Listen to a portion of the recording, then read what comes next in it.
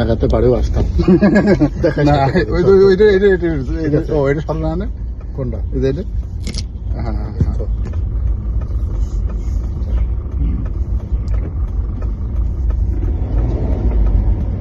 এখন একা গাড়ি, এটা গাড়িটা একটু ভালো, এক্সেলারেটরটা ভালো আছে, ইঞ্জিনটা ভালো আছে, ব্রেকটা ভালো আছে।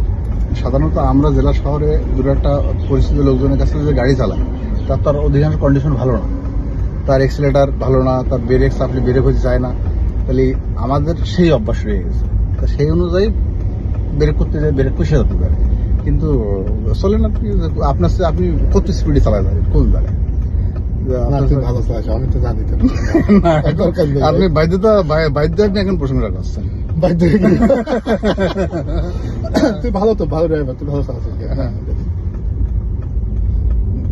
ঠিক আছে, আজকে অস্বীকার করেছি তো? না আমি গাড়িতে হাত দিই না। মাঝে ধরেন 15 সাল থেকে আজকে 9 বছরের ভিতরে মাঝে একটা অ্যানালগ গাড়ি মনে হয় 20 মিনিট চালায়। এই হচ্ছে 9 বছরে এই সেকেন্ড টাইম গাড়িতে হাত। 9 বছরের ব্যবধানে সেকেন্ড টাইম গাড়িতে হাত দিয়ে গাড়ি কি খারাপ চালাচ্ছে বলে?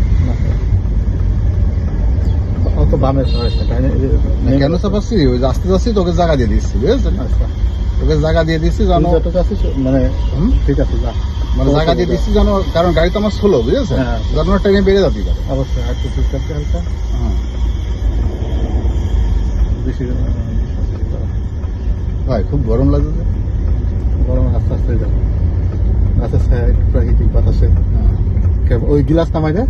ও গ্লাস পেন্টের দিন আমাদের এইগুলো হচ্ছে ভুল হয়ে যায়, বুঝেছেন? মানে যান্ত্রিক যে ব্যাপারগুলো আছে, হ্যাঁ হ্যাঁ এই ব্যাপার, এই ব্যাপারগুলোর সাথে মনে করেন যে একটু পরিচয় হতে হয়। তাছাড়া গাড়ি স্টার্টিং করার আগে এগুলো পরিচিত হতে হয় না, এটা ঠিক আছে, কিন্তু গাড়ির যে মূল ব্যাপারটা আর কি, যে ইমাজিনেশন, মানে যে কল্পনাটা, বুঝেছেন?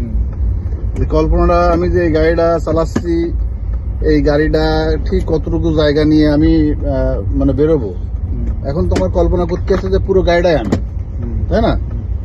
এই কল্পনাটুকু আমার ঠিক আছে।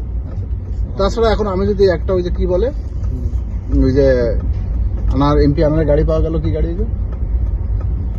প্যারাডো। হ্যাঁ প্যারাডো। ওই গাড়ি যদি আপনি আমার চালাতে দেন, ও যে সিস্টেম গুলো আছে, ওকে আমি বলবো বলেন, আমি গাড়ি চালাতে পারবো, কিন্তু সিস্টেম গুলো আমার বুঝতে সময় লেগে যাবে। ও কত আধুনিক, কত কিছু গাড়ির ভিতরে সংযুক্ত করা হয়েছে। হ্যাঁ এখন আপনি যদি করেন যে ওইটা তো আগে শিখতে হবে,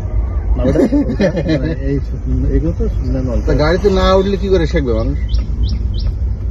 আমার বউর আমি বিআরটিসিতে ভর্তি করবো। বর্তমান যুগে যারা গাড়ি চালাতে পারবে না, আগামী দিনে এরা তো একটা অদক্ষতায়, গাড়ি চালাতে না পারাটা একটা অদক্ষতা হয়ে যাবে।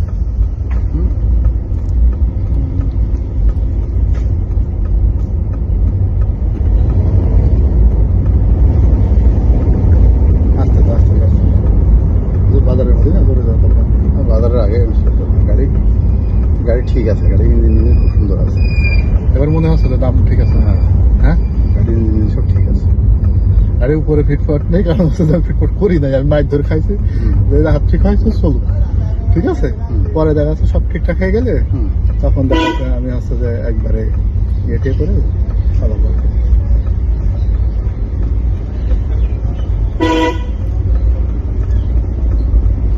আমি ওই যে বললাম তো, ওই একা মানে ছোট ভাই সব বাইরে যাবে, তো তখন মনে হইলো যে যাই বেড়ে যায়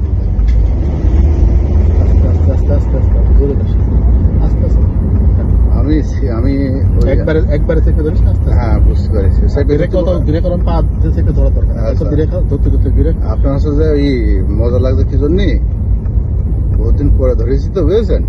ওই গাড়ির জোর আছে কতক্ষণ দেখতে চাবো, 140-50 স্পিড উঠবে তো তোর গাড়ি 140-50 মতো। হ্যাঁ এইসব আছে যে আমি এক্সপ্রেস ওয়েতে আছে, পুরোতে কত ওঠে? 140-50 ওঠে। তোর কি এই রোডে কি 140-50? না 40-50 না, 50-60 না, ওরা চালাচ্ছে 20-25, ওই বেশি অল্প চালা। আমি তো এই রোডে জোরে চালাই।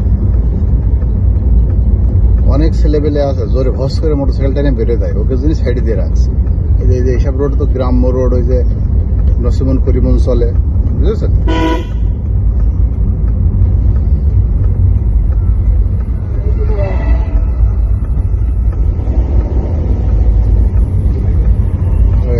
আপটা একটু জাম আছে ভাই, মানে পিক আপ ধরলেই একটু বেশি ধরা যাচ্ছে। পিকআপ ওরকমই হুম?